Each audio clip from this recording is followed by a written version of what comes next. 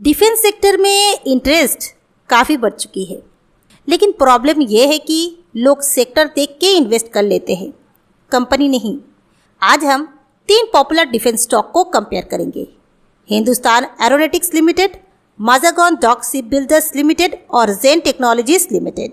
Surface पर देखें तो तीनों स्ट्रॉन्ग लगते हैं, लेकिन जब आप नंबर्स ध्यान से देखते हो तो तीनों की स्टोरी कंप्लीटली अलग निकलती है। इस वीडियो के एंड तक आप क्लियर हो जाओगे किस स्टॉक में स्टेबिलिटी है, किस में ग्रोथ है और किस में रिस्क ज़्यादा है। चलिए सबसे पहले HAL यानी हिंदुस्तान एरोनॉटिक्स लिमिटेड को समझते हैं। HAL का बिजनेस सिंपल लैंग्वेज में समझे तो ये कंपनी इंडिया के डिफेंस एयरक्राफ्ट और हेलीकॉप्टर्स बनाती है और इस कंपनी का मेन क्लाइंट गवर्नमेंट होते हैं। इसका डायरेक्ट मतलब ये होता है कि रेवेन्यू अनप्रिडिक्टेबल नहीं होता। कंपनी को लॉन्ग टर्म्स कॉन्ट्रैक्ट मिलते रहते हैं, जैसे अर्निंग्स विजिबिलिटी काफ़ी क्लियर होती है इस कंपनी की। अब नंबर्स देखिए तो कंपनी का नेट प्रॉफिट 8,800 करोड़ रुपीस के आसपास है और ऑपरेटिंग मार्जिन रफली 30% के अराउंड है। ये ऑटो या मैन्युफैक्चरिंग कंपनीज के कंपैरिजन में काफ़ी हाई मार्जिन है। नेट मार्जिन भी अराउंड 27% है, जो इंडिकेट करता है कि कंपनी अपने रेवेन्यू को एफिशिएंटली प्रॉफिट में कन्वर्ट कर रही है। बैलेंस शीट साइड पर देखें तो कंपनी डेब्ट फ्री है। इसका मतलब फाइनेंशियल रिस्क ऑलमोस्ट नेगोशिएबल है। अब एक ऑनेस्ट कंसर्न भी समझना ज़रूरी है। लास्ट 3 साल में सेल्स ग्रोथ सिर्फ 8% CAGR रही है। ये कंपनी ग्रो कर रही है लेकिन अग्रेसिव पेस पर नहीं।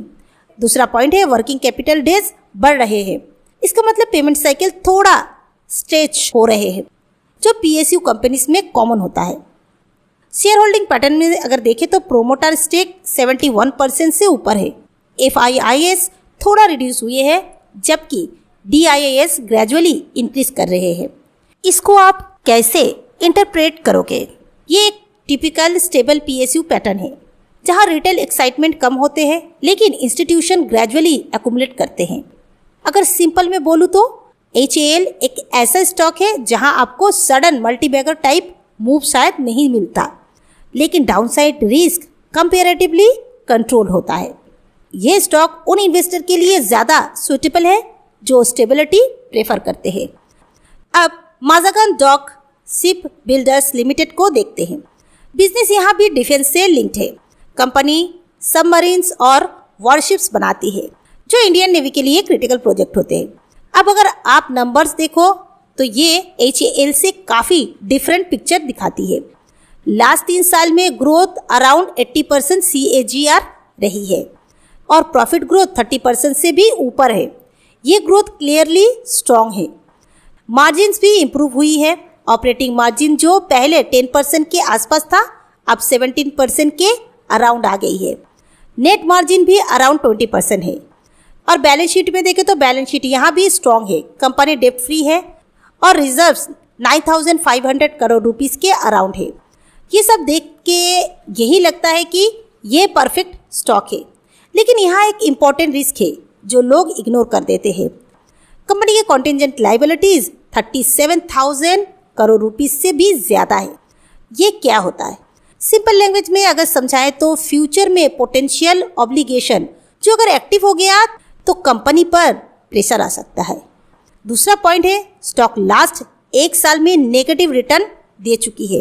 ये सिग्नल देता है कि मार्केट ऑलरेडी कुछ कंसर्न प्राइस इन कर रही है।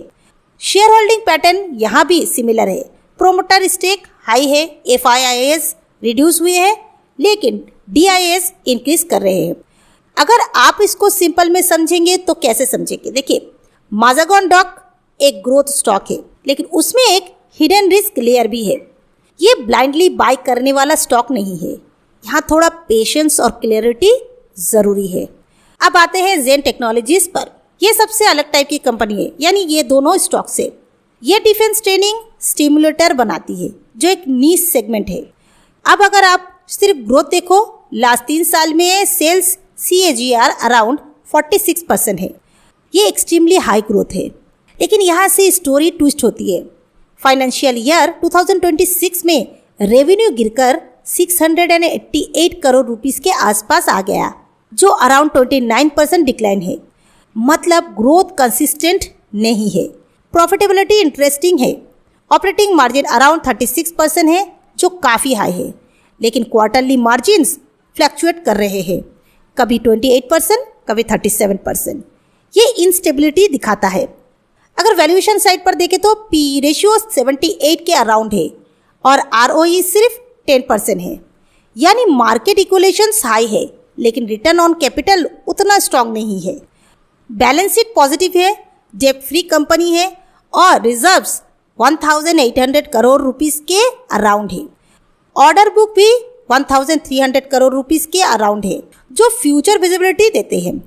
लेकिन सबसे इंपॉर्टेंट सिग्नल ये है कि प्रोमोटर होल्डिंग गिर कर 48% के आसपास आ गया है। ये चीज़ इग्नोर नहीं करनी चाहिए। अगर सिंप्लीफाई करें तो ये हो गया है कि जेनटेक एक ऐसा स्टॉक है जहां पोटेंशियल है, लेकिन अनसर्टेनिटी भी उतनी ही हाई है। ये स्टेबल इन्वेस्टर के लिए नहीं है।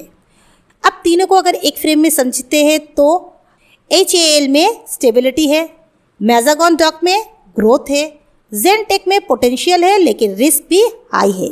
तीनों अलग प्रोफाइल से। अगर आप सेफ इन्वेस्टर हो तो HAL ज़्यादा सूटेबल है आपके लिए। अगर आप ग्रोथ के साथ रिस्क ले सकते हो तो मैज़ागॉन डॉक को ट्रैक कर सकते हैं।